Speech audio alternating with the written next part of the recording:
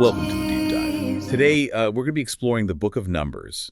And I know you're looking for more than just a basic rundown. Right. And let's be honest, Numbers can be pretty dense. It can be a tough read, but it's packed with fascinating stories and insights into leadership, faith, and even ancient legal systems that, believe it or not, still have echoes in our world today. Okay, so let's set the stage. Numbers chronicles that pivotal 40-year period when the Israelites wandered through the wilderness after escaping Egypt. This wasn't just a physical journey, it was a period of intense spiritual and social formation. They were tested, their faith was pushed to the limits, and they had to figure out how to govern themselves as a newly formed community. That's like a crash course in building a society from scratch, right in the middle of nowhere. Exactly, and it raises some thought-provoking questions about leadership, community, and what it means to live according to a shared set of values, even when facing incredibly difficult circumstances. So let's talk about the characters, because Numbers is full of these larger-than-life figures who really bring the story to life. We have Moses, of course, the prophet, leading this massive group of people through incredibly challenging times. Moses is fascinating because he's not portrayed as some flawless superhero. He doubts himself, he makes mistakes, he even argues with God. He sounds pretty relatable, actually. He is. And that's what makes him such a compelling leader. He shows us that leadership is not about perfection, it's about resilience, about learning from your mistakes, and about trusting in something bigger than yourself, even when you feel completely lost.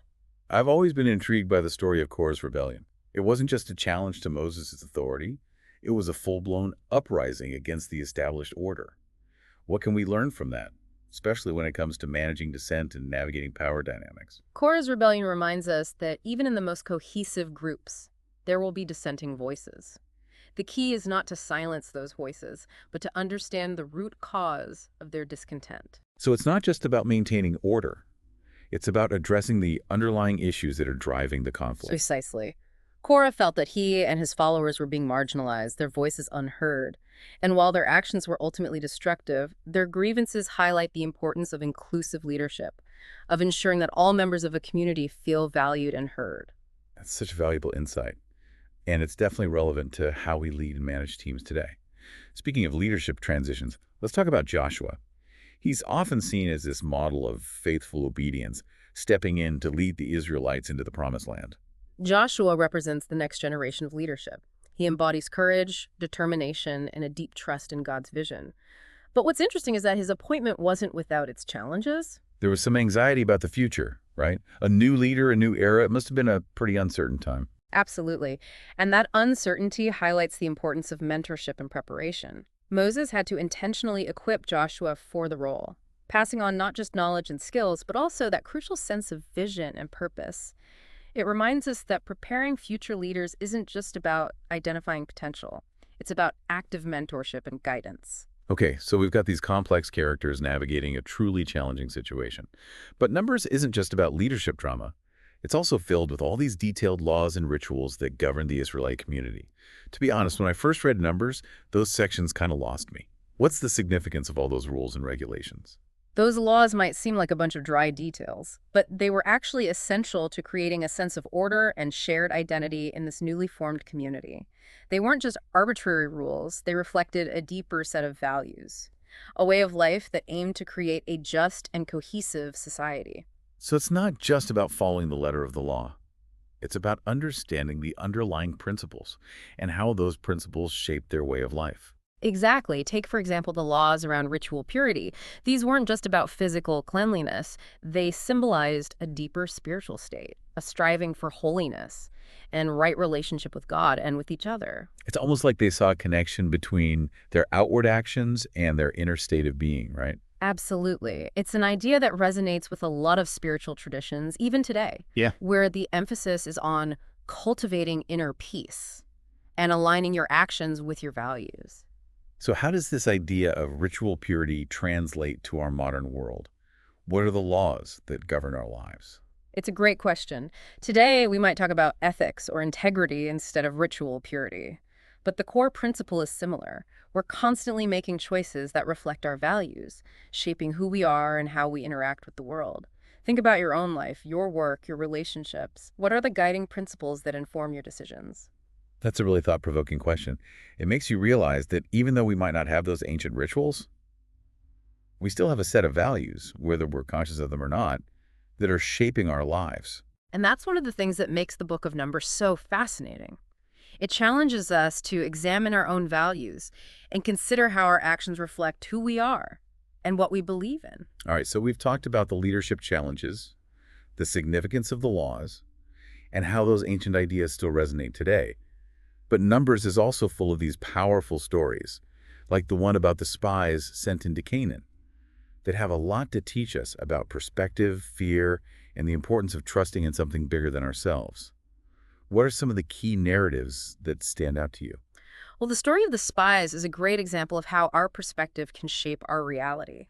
Moses sends 12 spies into Canaan to scout out the land, and they come back with wildly different reports. Right. 10 of the spies focused on the giants, the fortified cities, the dangers. Hmm. They completely freaked out and spread fear and doubt throughout the entire community. It's like they were so focused on the obstacles that they couldn't see the possibilities. But Caleb and Joshua, the other two spies, saw something different, right?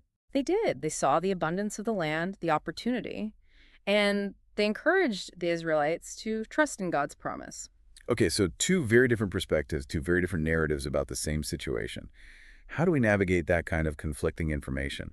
Especially in today's world where we're bombarded with all kinds of opinions and viewpoints. It's a real challenge. The spy story reminds us that fear is contagious, and negative narratives can spread quickly.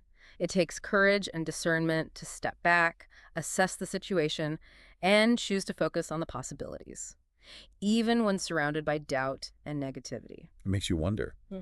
are we more likely to trust the fearful voices or those who offer hope and encouragement? That's a great question to reflect on. Think about your own life. Have you ever been in a situation where people had completely different interpretations of the same event? How did you decide who to trust or how to form your own opinion? That's something I'm definitely going to be thinking about. So we've got fear, we've got faith, we've got conflicting viewpoints, all playing out in this one powerful story. It really makes you think about how we process information and how easy it is to get swept up in the prevailing narrative. Absolutely. And it highlights the crucial role of leadership in shaping those narratives and choosing to focus on hope and possibility, even in the face of adversity. Think about how powerful it was that Caleb and Joshua stood firm in their faith and presented a counter-narrative to the fear that was spreading throughout the community. It's a reminder that we can choose how we respond to challenges, that we can choose to cultivate a mindset of courage and trust, even when surrounded by negativity. And that choice, that conscious decision to focus on possibility rather than fear, can have a ripple effect, influencing those around us and ultimately shaping the direction of our life. That's a great point. The narratives we embrace can really shape our reality. And speaking of narratives, Korah's rebellion is another powerful story that explores themes of ambition, social justice, and the consequences of challenging authority. Yeah, Korah's story has always felt really intense to me. He basically led this mutiny against Moses and Aaron, accusing them of hoarding power and claiming that he and his followers deserved a greater say in how the community was run. It's a story that still resonates today, especially in contexts where people feel marginalized or excluded from decision-making processes. It raises questions about how we address grievances, how we balance individual ambition with the needs of the community, and the potential consequences of unchecked power. So it's not just about blindly obeying authority. It's about finding ways to address injustice and ensure that all voices are heard. Exactly, and it's a reminder that leadership is a responsibility, not a privilege. Leaders are accountable to the people they serve and should be mindful of how their actions impact the well-being of the community as a whole. I'm curious about how the story of Korah's rebellion unfolds. It seems like a pretty direct challenge to God's authority, considering Moses and Aaron were seen as God's appointed leaders. It was a bold move, and the consequences were pretty dramatic. The earth literally opens up and swallows Korah and his followers. Wow. That's definitely a message you can't ignore. It's a powerful image, and it highlights the seriousness of their transgression. But it's important to remember that this story isn't simply about punishing dissent. It's also about establishing boundaries and maintaining order within a community. So it's not necessarily saying that we should never question authority, but rather that there are appropriate ways to do so. Exactly. It's about finding that balance between speaking truth to power and respecting the structures that hold a society together. And it reminds us that our actions have consequences, not just for ourselves, but for the community as a whole. Okay, that makes sense. Mm. It's a story that definitely makes you think about how we navigate power dynamics, Yeah. both in our personal lives and on a larger social scale. Now, you mentioned earlier that the laws and numbers were about more than just maintaining order. They were also about shaping a certain way of life, a shared set of values. Can you give us some specific examples of how that played out in their daily lives? Well, a lot of the laws were focused on creating a sense of holiness and separation. For example, there were detailed instructions on how to prepare for worship, what foods were considered clean and unclean, and how to purify oneself after coming into contact with something considered ritually impure. So it was about creating a clear distinction between the sacred and the profane, the holy and the everyday. Exactly. And those rituals, even though they might seem strange to us today, served an important purpose. They helped the Israelites to cultivate a sense of awe and reverence for God, to set themselves apart from the surrounding cultures, and to create a shared identity as God's chosen people. It's interesting to think about how those ancient ideas of purity and holiness might translate to our modern world. What are the practices or rituals that help us to connect with something bigger than ourselves, to cultivate a sense of meaning and purpose? That's a great question. It's different for everyone, of course. For some people, it might be religious practices. For others, it might be spending time in nature, or engaging in creative pursuits, or simply being present with loved ones. The point is that we all have a need to connect with something that transcends our everyday experience, to find meaning and purpose beyond the material world. So even though the specific rituals might be different, that underlying human need for connection and transcendence is something that's timeless and universal. Absolutely. And the Book of Numbers, with all its detailed laws and instructions, Yeah. offers us a glimpse into how one ancient culture sought to cultivate that sense of the sacred in their lives. Okay, so we've talked about the leadership challenges, the power dynamics, Yeah. the laws and rituals, and how these ancient stories still resonate today. But the numbers is also deeply symbolic, right? It's often interpreted as a metaphor for the spiritual journey, the challenges and triumphs we face as we move through life. Exactly. The Israelites' 40-year journey through the wilderness can be seen as a metaphor for our own journeys of growth and transformation. We all face wilderness periods in our lives, times when we feel lost, uncertain, and tested. It's like those moments when you're stripped of your comfort zones Yeah. and forced to confront your fears and insecurities. And just like the Israelites wandered through the desert, we too can feel like we're going in circles, unsure of our direction or purpose. But it's in those wilderness moments Yeah. that we have the opportunity to dig deep, to discover our inner strength and resilience. It's like that saying, the wilderness is where we find ourselves. It's not always a pleasant experience, but it can be a powerful time of self-discovery and growth. Absolutely. And just as the Israelites were ultimately guided by God's presence, we too can find comfort and direction in knowing that we're not alone in our journeys. There's a higher power, a divine spark within us that can guide us through those difficult times. So how do we tap into that inner guidance, that sense of knowing that we're on the right path, even when we feel lost and confused? It's different for everyone, but some practices that can be helpful are prayer, meditation, spending time in nature, journaling, and connecting with wise mentors or spiritual guides. It's about creating space for reflection, for listening to that inner voice that can often get drowned out by the noise and distractions of everyday life. And it's about trusting that even in the midst of uncertainty, there's a plan unfolding, a purpose to our lives that's bigger than we can sometimes comprehend. Okay, I'm really starting to see how numbers, Yeah. with all its challenges and triumphs, can be seen as a roadmap for navigating the complexities of life. But there's also a strong emphasis on community throughout the book, right? The Israelites weren't just individuals wandering through the wilderness. They were a collective, a people bound together by shared history, faith, and purpose. That's a crucial point, and it's something that's so relevant to our world today, where we often feel disconnected from each other, isolated in our own bubbles. The Israelites had to learn to rely on each other for survival, to work together despite their differences, and to put the needs of the community above their individual desires. So it's a story about the power of collaboration, of recognizing that we're all interconnected, and that our individual well-being is tied to the well-being of the community as a whole. Exactly. And it's a reminder that we're not meant to go through life alone. We need each other. We need to support each other. And we need to work together to create a world where everyone can thrive. I love that. It's a message that's so needed in our world today. Okay, so we've talked about the importance of community, but Numbers also includes a lot of laws and instructions that relate to social justice, right? Like the laws regarding the treatment of the poor and vulnerable, The rules for fair inheritance and the establishment of cities of refuge. Absolutely. These laws reflect a deep concern for creating a just and compassionate society. The Israelites were commanded to care for the widows and orphans, to ensure that everyone had access to food and shelter, and to protect those who were fleeing persecution.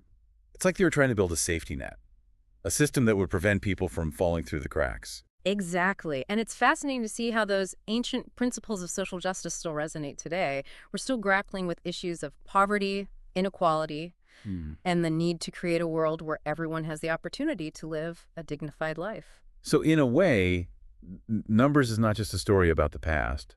It's a challenge to us in the present, to build a more just and compassionate world. Precisely. It's a reminder that our faith should be reflected not just in our personal piety, but also in our commitment to social justice, to creating a world that reflects God's love and compassion for all people. All right, so we've covered a lot of ground. We've talked about leadership, community, the spiritual journey, and social justice. One of the things that's always stood out to me about Numbers is the detailed descriptions of the tabernacle, this portable sanctuary that served as the center of worship for the Israelites as they wandered through the wilderness. What's the significance of the tabernacle in the overall narrative? The tabernacle is a fascinating symbol. It represented God's presence dwelling among the people, a visible reminder of their covenant relationship with God. And because it was portable, it symbolized the Israelites' journey, their constant movement towards the Promised Land.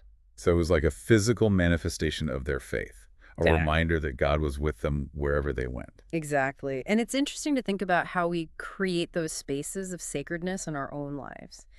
It might not be a physical structure like the tabernacle, but it could be a special place in nature, a room in our home where we meditate or pray, or even a community gathering where we feel a sense of connection and belonging. It's about creating those spaces, both internal and external, where we can connect with something bigger than ourselves, something that gives us a sense of meaning and purpose.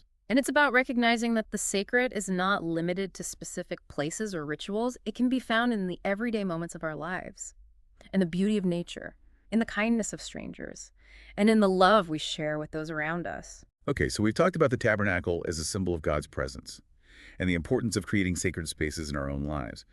But Numbers is also full of these seemingly strange and obscure laws, like the detailed instructions for animal sacrifices or the laws regarding ritual purity. I have to admit, those sections can be pretty hard to relate to.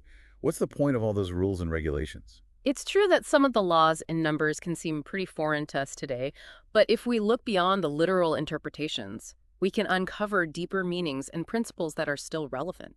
For example, the concept of sacrifice, while no longer practiced in the same way, can be seen as a metaphor for selflessness, for putting the needs of others before our own. So it's not about literally sacrificing animals. It's about making choices that benefit the collective, even if it requires personal sacrifice or discomfort. Exactly. It's about recognizing that true fulfillment comes from contributing to something larger than ourselves. And the laws regarding ritual purity, while often misinterpreted as mere physical cleanliness, were actually about cultivating a state of inner purity, of ethical and spiritual alignment. It's about recognizing the sacredness of life and treating ourselves and others with respect and reverence. Absolutely. It's about living in accordance with one's values, being mindful of one's actions, and striving for integrity in all aspects of life. Okay, so it's about aligning our actions with our values and cultivating a sense of inner integrity. But what about the laws related to counting and numbering? Numbers actually gets its name from the censuses taken at the beginning and end of the Israelites' wilderness journey. What's the significance of all that counting? The act of counting represents accountability and organization. It's about knowing your resources, your strengths, and your weaknesses. It's about planning for the future and ensuring that everyone is accounted for. It's like taking inventory, both literally and metaphorically. It's a reminder to take stock of our own lives, to assess our resources, and to make intentional choices about how we move forward. And in a broader sense, it speaks to the importance of data and information in shaping our understanding of the world. Just like the Israelites used censuses to track their population and resources, we use data to analyze trends, make predictions, and inform our decisions. Data is power. It's fascinating how those ancient practices still resonate in our data-driven world. It highlights the importance of understanding and utilizing information effectively. Now, one of the key themes that runs throughout Numbers is the importance of leadership. And one of the most significant events in the book is the appointment of Joshua as Moses' successor. Right? Moses wasn't allowed to enter the promised land, so he passes the torch of leadership to Joshua. It's a powerful moment of transition, symbolizing the passing of one generation to the next. And it highlights the importance of mentorship, of preparing future leaders to carry on the mission. Exactly. It's about recognizing that leadership is not about holding on to power, but about empowering others to step into their full potential. And it's a reminder that we all have a role to play in shaping the future and passing on the values and wisdom that we have inherited to the generations that come after us. Absolutely. It's about recognizing that our actions have ripple effects, that we are all interconnected, and that we have a responsibility to contribute to the well-being of the collective. Now, as we've been talking about leadership, I've been thinking about the different leadership styles that are represented in Numbers. You've got Moses, this towering figure who speaks directly with God. Then you have Joshua, who's more of a military leader focused on strategy and conquest. Then you have Miriam, Moses' sister, who emerges as a powerful spiritual leader in her own right. It's fascinating to see how leadership can take so many different forms, each with its own strengths and weaknesses. Moses represents that visionary prophetic leadership, while Joshua embodies courage and strategic thinking. And Miriam's story highlights the importance of women's voices and leadership within religious and social contexts. It's a reminder that leadership is not a one-size-fits-all concept. There are many different ways to lead. And the most effective leaders are often those who can adapt their style to the needs of the situation. And the people they are leading. Yeah. Exactly. It's about recognizing the unique gifts and talents that each individual brings to the table and creating a space where those gifts can be fully expressed. Now, another leadership figure that I find particularly intriguing is Balaam. He's a bit of an enigma, this pagan soothsayer who's hired by the king of Moab to curse the Israelites. Balaam is a complex character who challenges our assumptions about good and evil, about who's on God's side and who's not. Right, he's definitely not a straightforward villain. In fact, he seems to have a genuine connection with the divine, even though he's not part of the Israelite community. And that's what makes his story so fascinating. He's this outsider who's brought in to curse the Israelites, but God intervenes. And instead of cursing them, he ends up blessing them. It's a reminder that God can work through anyone, even those who seem unlikely or even unworthy. Absolutely. And it's a reminder that we should never underestimate the power of prayer and the possibility of transformation. Okay, so we've got these diverse leadership figures, each representing different aspects of what it means to lead. But what are some of the key leadership lessons that we can glean from the book of Numbers as a whole? Well, I think one of the most important lessons is the importance of humility. Moses, despite his close relationship with God, is constantly reminded of his own human limitations. He makes mistakes, he doubts himself, and he's often frustrated by the challenges he faces. It's a reminder that leadership is not about ego or self-promotion. It's about service, about putting the needs of others before your own. Exactly. And it's about recognizing that we don't have all the answers, that we need to be willing to learn from our mistakes and to seek guidance from others. Another leadership lesson that stands out to me is the importance of clear communication. Throughout Numbers, we see the consequences of miscommunication and misunderstandings. That's a great point. From the spies report to Korah's rebellion, we see how a lack of clear communication can lead to conflict, division, and even tragedy. So it's not just about speaking our truth. It's about making sure that we're being heard and understood. And it's about listening deeply to others, trying to understand their perspectives, even when we disagree with them. Yeah, absolutely. Effective leadership requires clear, compassionate communication, a willingness to listen, and a commitment to building bridges of understanding. Now, another theme that we've touched on throughout our conversation is the idea of the wilderness as a place of both challenge and transformation. Yes. The wilderness is a powerful metaphor for those periods in our lives when we feel lost, uncertain, and stripped bare. It's in those moments of vulnerability that we're forced to confront our fears, to let go of old patterns, and to embrace new ways of being. It's like the wilderness strips away all the distractions and forces us to focus on what's truly essential. Exactly. And it's in those moments of clarity that we can discover our true strength, our resilience, and our capacity for growth. So the wilderness, even though it might feel like a place of hardship, can actually be a catalyst for profound transformation. Absolutely. It's in the wilderness that we're challenged to let go of what no longer serves us, to step into our full potential. and to emerge stronger and more aligned with our true purpose. Okay, so we've talked about the wilderness as a metaphor for personal growth, but it's also a reminder that we're not meant to go through those challenging times alone. Yeah. We need community, we need support, and we need guidance from those who've walked the path before us. Exactly. The Israelites had each other, and they had Moses and Aaron to guide them. And in our own lives, we need to cultivate those support systems, those relationships that provide us with love, encouragement, and accountability. It's about recognizing that we're all interconnected, and that our individual well-being is tied to the well-being of the community as a whole. And it's about remembering that even in the darkest of times, we're not alone. There's a higher power, a divine presence that's always with us, guiding us and supporting us on our journeys. So the wilderness, even though it might feel isolating, Hmm? can actually be a place where we deepen our connection with ourselves, Yeah, with others, and with the divine. absolutely. And it's in those moments of deep connection that we find the strength to persevere, to overcome our challenges, and to emerge transformed. Okay, we've covered a lot of ground, but one thing that keeps coming to mind is the idea of how the Book of Numbers connects these ancient teachings to our modern lives. What stands out to you is particularly relevant for us today? Well, I think one of the most powerful messages of Numbers is the importance of cultivating gratitude, even in the midst of challenges and setbacks. The Israelites, despite their hardships, were constantly reminded to give thanks for God's provision and guidance. It's so easy to get caught up in the daily grind and forget to appreciate the good stuff. Absolutely. Cultivating gratitude is a practice, a conscious choice we make each day. So in a way, the Book of Numbers, with all its wilderness wanderings and challenges, can actually teach us to be more grateful for what we have right now. It's a reminder that even in the midst of difficulty, there's always something to be thankful for. That's a beautiful way to look at it. Now, before we wrap up part 2, I want to touch on something that really struck me about the laws and numbers. The concept of cities of refuge. Ah, yes. These cities provided sanctuary for those who had accidentally killed someone. It was a way to protect them from revenge killings and ensure a fair trial. It's like a safety net, recognizing that even good people can make mistakes with tragic consequences. Do you see any parallels to that in our modern justice system? Absolutely. The idea of due process, the right to a fair trial, these are fundamental principles that echo the spirit of the cities of refuge. It's about ensuring justice and protecting the innocent, even when emotions run high. And it speaks to the importance of rehabilitation, recognizing that people can change and deserve a chance at redemption. That's a powerful connection to make. We've got one more part to this deep dive into the Book of Numbers, but before we move on, is there anything else that stands out to you as particularly relevant for us today?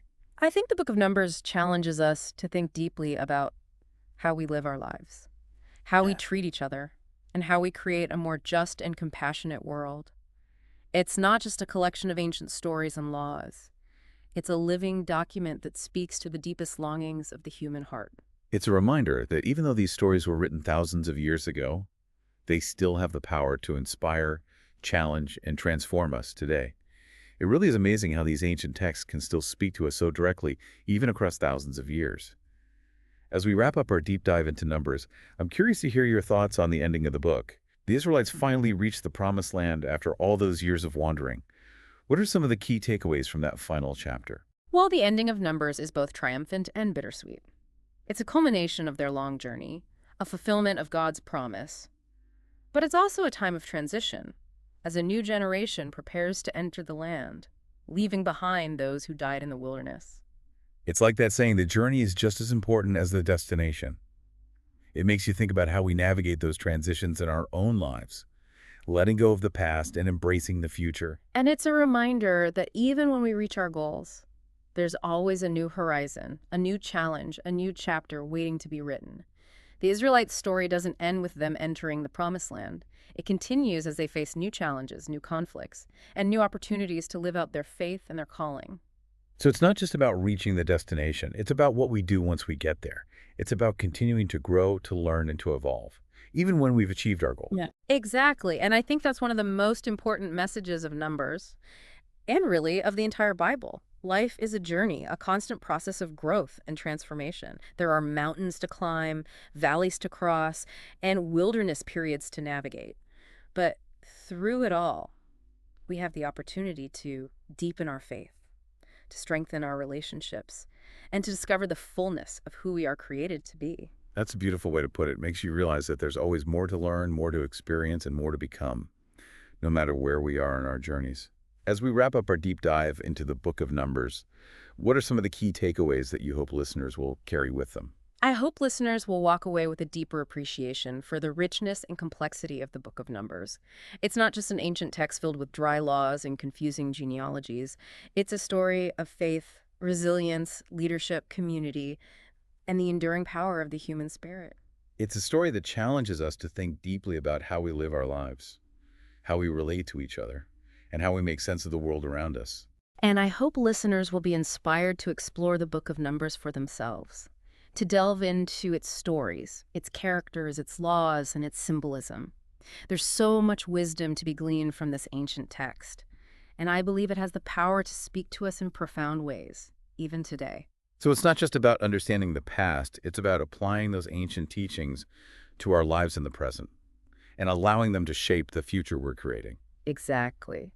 The Book of Numbers invites us to embrace the journey, to trust in the process, and to never stop growing, learning, and evolving. That's a great note to end on. Thank you for taking us on this deep dive into numbers. I know I've learned a lot, and I hope our listeners have too. It's been my pleasure. I always enjoy exploring these ancient texts Mhm. and discovering the ways in which they continue to speak to us across time and cultures. And to our listeners, thanks for joining us on this journey through the wilderness. We hope you've been inspired, challenged, and maybe even a little bit transformed. Keep exploring, keep questioning, and keep seeking the wisdom that's hidden within these ancient stories.